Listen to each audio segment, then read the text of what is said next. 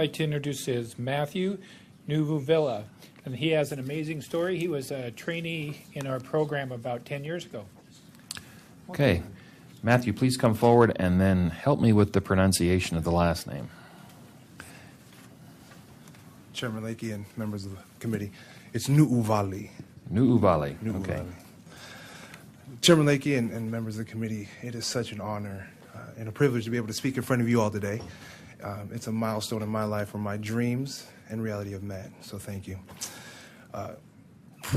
Really, today my hope is to express how important training and real-life rehabilitation is for inmates incarcerated in our prisons. Prior to being incarcerated, I had never held a full-time job. I do not have a high school diploma. I grew up in a single-parent household where I didn't really have a real role model to teach me the needed life skills to succeed as an adult. In 2005, I was incarcerated at the age of 19 to the age of 24. That was the greater portion of my young adult life. In 2005, I spent most of my incarceration in what I know to be called the yard, which you can also refer to as Idaho State Correctional Institution, or ISCI.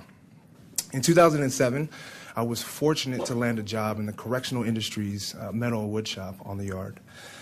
It was a privilege to get a job out there.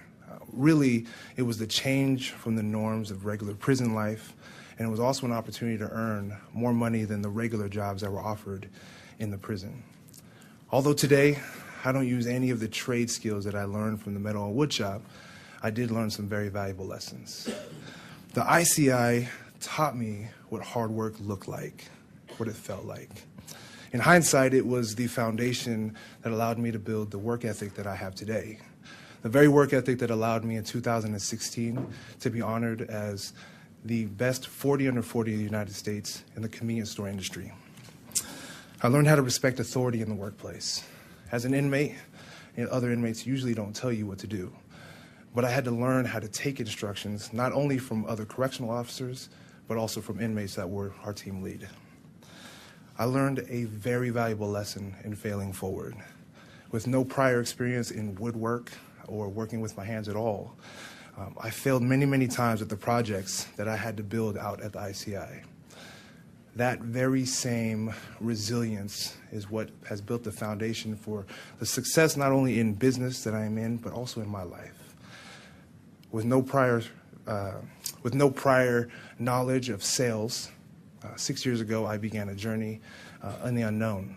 Today I'm fortunate to be the national sales manager for the company that I work for, and I oversee some of our largest business with some of America's largest retailers. I'm usually never nervous.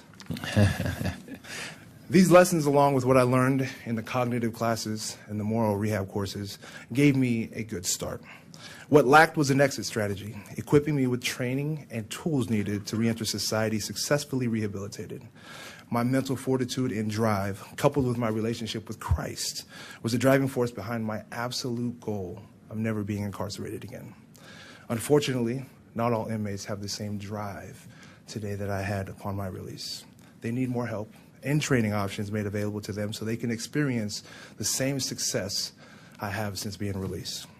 So today I asked the committee to expand training opportunities, give inmates access to real success lanes, because opportunities birth success. So many men and women in our prison system can be successful. They can accomplish goals. They can flourish with proper training and real-life rehabilitation.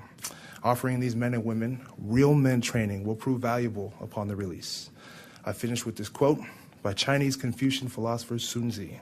Tell me, and I forget. Teach me, and I may remember. Involve me, and I learn. Thank you.